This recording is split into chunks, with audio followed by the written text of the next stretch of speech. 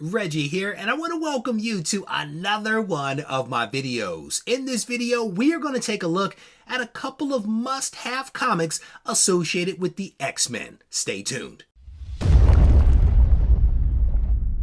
Alright, on the table in front of me are a bunch of X-Men comics, and as you would imagine, it is a little bit of a daunting task to put together a single, succinct video talking about all of the must-have comics associated with the X-Men.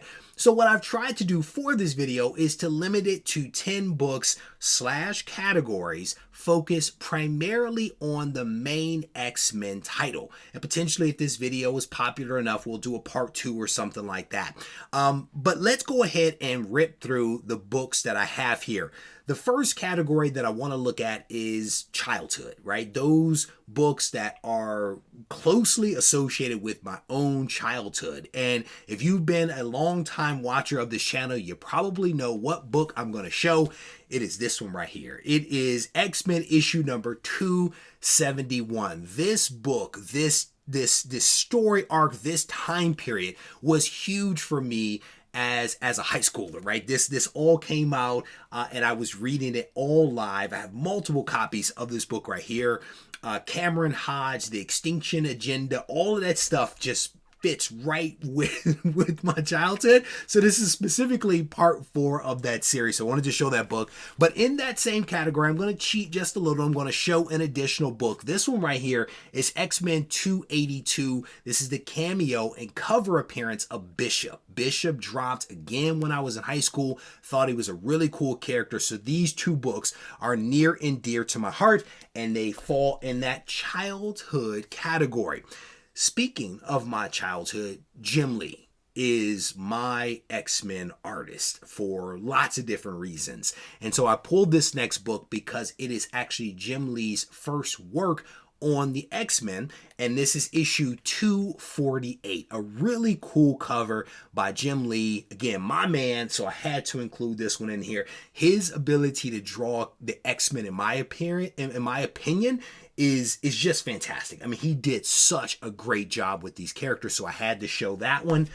Maybe that falls into the, I don't know what category you want to pick. Favorite artist? Maybe favorite artist. Maybe that's the category that we use for that one. So this next one, and I actually have 2 copies of this, one newsstand and one direct. This is Uncanny X-Men issue number 211. And this book falls into a few different categories. It is one of those 25th anniversary border books. So I wanted to make sure that I included that because that was a huge part of Marvel's 25th year. It is also the first appearance of the Marauders, and it is also the first part in the Mutant Massacre story arc, which is a huge story arc for a lot of X-Men fans. So this one falls into a couple of different categories, but a very cool book right there. Again, Uncanny X-Men issue number 211. So you've heard me a few times in this video already say Uncanny X-Men.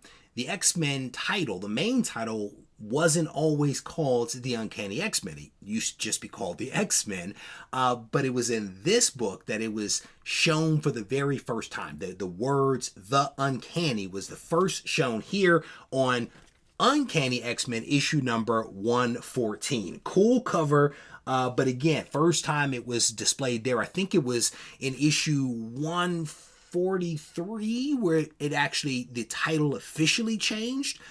Fact check me on that, but I think that is correct. But 114 is the first time the words actually appeared above X-Men. So cool book right there. Again, Jim Lee, my favorite artist. For a lot of people, when it comes to the X-Men, there's a different artist that is their favorite, and that guy right here, John Byrne, right? This is Uncanny X-Men issue number 107. This is the first artwork by John Byrne, who had a very long run with Chris Claremont on the title, so I wanted to include that as a must-have book. All right, so I want to take a moment to acknowledge a couple of questions that have come in regarding my backdrop. As you can see, there is no comic wall behind me. I have a screen down that I use for another channel because at the moment I do not have a comic wall. Potentially, if I continue releasing videos, I'm confident that I will put a wall up, but for right now I am taking it video by video, and hence there's no comic wall behind me. Next up, I'm going to shift to some slabs because I haven't shown any slabs at this point, so I want to show a couple of those. The first one that I want to show, speaking of creators behind books, John Byrne, Chris Claremont. I had an opportunity a few years ago to actually spend an entire day with Chris Claremont, and I also had him sign a book for me. One of the books he signed was this one right here, X-Men issue number 94. So this is where it started, and this book is special to me for a couple of reasons, right? It's where Chris Claremont actually started his 16-year run. I had an opportunity to physically hand him this book while he actually signed it for me, and this is also a really good read. Fantastic book again. Some other stuff. This is the second appearance of a lot of the characters, but just a really cool book to have in the collection. So the next one that I'll show is the other book that Chris Claremont actually signed for me. This is X-Men issue number 101, and this is the origin and first appearance of the Phoenix, a very popular character associated with the X-Men. Again, this is one of those, in my opinion, must-have books, and this includes the whole Phoenix saga, Dark Phoenix, all of that stuff gets wrapped up into this category right there, but a very cool book that I'm pleased to have in the collection. Next up, I want to show this book. Because of the popularity of the X-Men cartoon,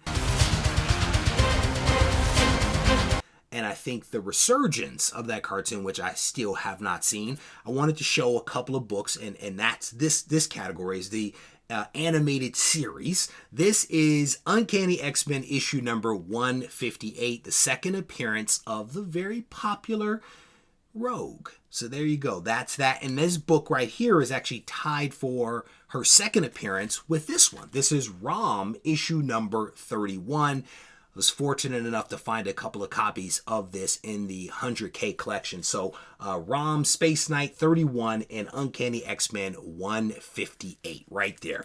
But in that same category of the animated series, I had to show this one because of the popularity of this character, Jubilee. Okay, zap it. Oh, come on, I know you're in there. That's better. This is her first appearance.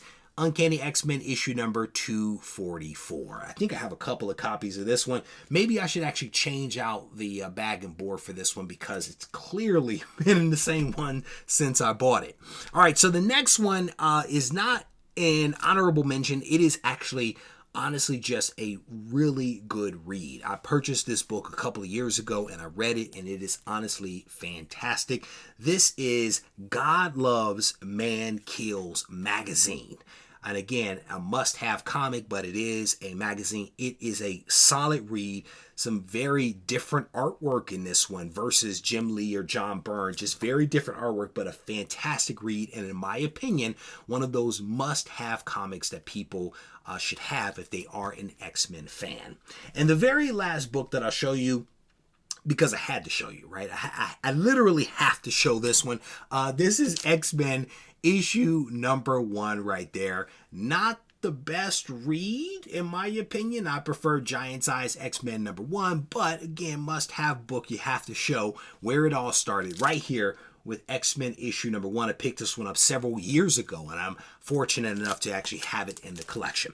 So there you have it. That is my rundown of a couple of must-have comics associated with the X-Men. And again, if this video proves to be a popular one, maybe I'll do a part 2 and show some other books and try to find a way to share some other stuff associated with the X-Men. I want to thank you guys for taking the time to watch. I hope that you enjoyed this video. If you did, I definitely want to encourage you to give the video a thumbs up.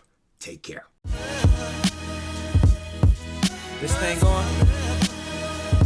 Mic check. I just want to make sure y'all can hear me clearly. Yeah. Should you practice art? Or should art be your practice? I had a question, so I asked it. Not to anyone specifically, but to my inner God, you know? The one that's gonna be a master. The one that's more than a rapper. The one that's an educator. The one that seeks enlightenment. He travels with concepts. He's got the mindset expansive. He understands that it's time combined with travel and concepts makes his mind convex. Sort of like when you look at a brain scan. Straight off meditation, we was concaving until we had that eternal dialogue that created our dialect. Now we in distinct rooms of pure souls having them conversations. Synergy and combination.